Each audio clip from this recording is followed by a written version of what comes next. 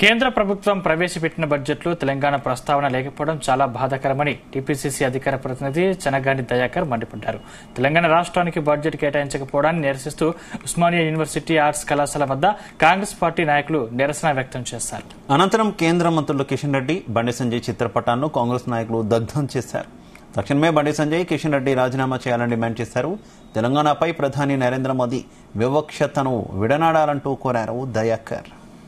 మినిస్టర్లు కిషన్ రెడ్డి, బండి సంజయ్లు సిగ్గు కొట్లాడు తెచ్చుకున్నాయి. మన తెలంగాణపై వివక్షత చూపించడమా? Kishan Reddy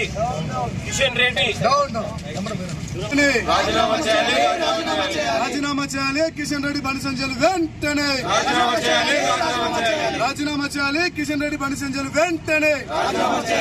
Osmania university arts college ఎదురుగా కేంద్ర ప్రభుత్వం ఏదైతే బడ్జెట్ అలొకేట్ చేసిందో దాన్ని పూర్తిగా ఎన్డీఏ కూటమికి సంబంధించినటువంటి మిత్రపక్ష రాష్ట్రాలు ఏవైతున్నాయో వాటికి మాత్రమే నిధులను కేటాయించి ఇండియా కూటమిలో భాగంగా ఉన్నటువంటి రాష్ట్రాలు కానీ లేదంటే ఎన్డీఏకి వ్యతిరేకంగా ఉన్నటువంటి ఇతర రాష్ట్రాలకు కానీ కనీస జనాభా ప్రాతిపదికన నిధులు కేటాయించకుండా పూర్తిగా నిర్వీర్యం చేసింది ఈ కేంద్ర ప్రభుత్వం. మేము ఈ రాష్ట్రం నుంచి ఉస్మానియా యూనివర్సిటీ వేదికగా విద్యార్థి నాయకులుగా కేంద్ర ప్రభుత్వాన్ని ఒక్కసారి మేము నిలదీంచాల్సింది.